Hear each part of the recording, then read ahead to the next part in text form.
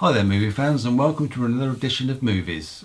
Today we're looking to get a rise out of No Hard Feelings, every pun intended, a 2023 R-rated rom-com release featuring Jennifer Lawrence and directed by Gene Stupnitsky, who has form in this genre, having helmed Bad Teacher in 2011, Good Boys in 2019, and also helped create and script the quite excellent Stephen Merchant comedy Hello Ladies. Whilst best known for thrillers, dramas and fantasies, this is Jennifer Lawrence's first pratfall into comedy.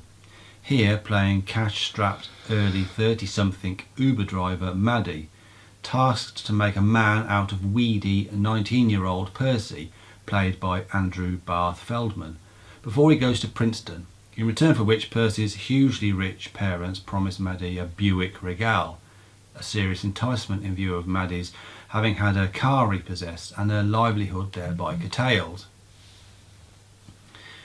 This is where some reviews have sought to draw a link to the trials and dangers of sex work, inasmuch as the movie plays light with these themes and avoids drawing attention to the fact that these are just the sort of circumstances that draw women into sex work in the first place. There may be some truth in that, but this movie doesn't drill into those issues, refrains pretty much from acknowledging at all that Maddie is selling herself for a car, sharing its perspective instead with gawky, awkward John Hughes-style teen comedies of the 1980s. Although times have changed considerably, as Maddie herself observes that nobody fucks at parties anymore, providing a measure of how hard her task is.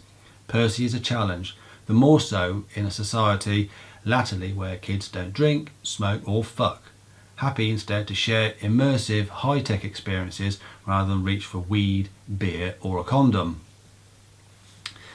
Ignoring their social complexities, therefore, this is nonetheless an amusing and at times laugh-out-loud comedy with a seemingly genuine and touching on-screen chemistry between Lawrence and Feldman that carries the film for the most of its 1 hour 40 minutes running time.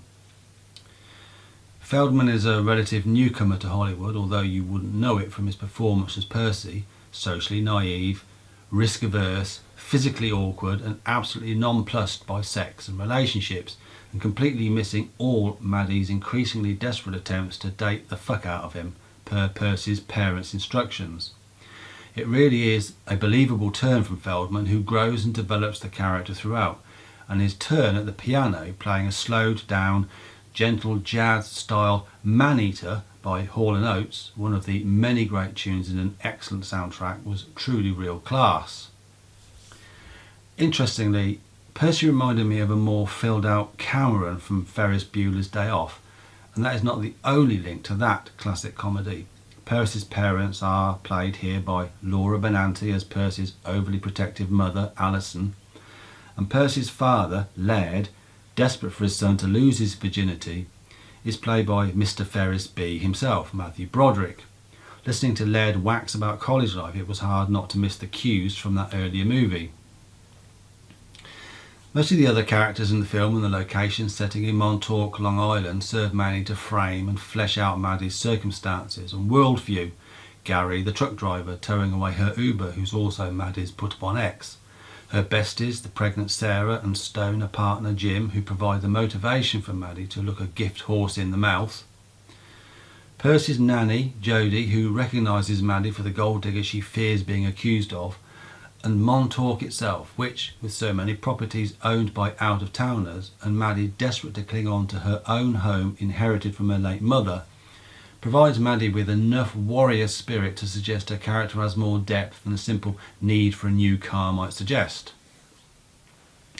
But the real star of this movie is, of course, Jennifer Lawrence. She is a really talented actress who has already demonstrated in the much maligned Don't Look Up that she has the physical gifts for drama comedy, and this is her movie, playing the part of Maddie with comic conviction, whether laying on the double entendres in the pet shop where Percy works, gate crashing a house party, bitch fighting naked on the beach, which is possibly where the R rating derives, or not acting her age amongst tweenies in an amusement arcade, all the while warming to Percy, developing feelings for him and regretting the anxiety she may have caused him. This isn't a Farrelly Brothers Frank and Beans style comedy, though there are some gross out moments worthy of comparison, but it is a fun movie all the same in a way that doesn't seem to be made much anymore. The essence of the film can be distilled into the funniest yet most endearing 5 minutes I've seen this year. Maddie, having invited Percy back to her house after a midnight swim, gyrating before him without response and ever more frustrated in attempts to get anything going in the groin area, suggests maybe he sit on her lap instead. Cue sharp edit, Maddie bouncing Percy on her knee like a 5-year-old, Percy completely thrilled and Maddie as far as ever from that promised Buick Regal. All told, this movie is well worth a watch. It won't set the Oscars alight, nor perhaps be spoken of in reverential terms 10, 20 years from now, as is Me, Myself and Irene, or indeed Ferris Bueller's Day Off. But it is a good way to spend an hour and 40 minutes. Your entrance fee and popcorn would not have been wasted, and if you do grab a ticket, you'll likely have seen one of the best comedies of 2023. Thank you for watching. We hope you can subscribe to our channel or comment on our reviews. We'd love to hear from you and always respond. Otherwise, look forward to more movie reviews soon.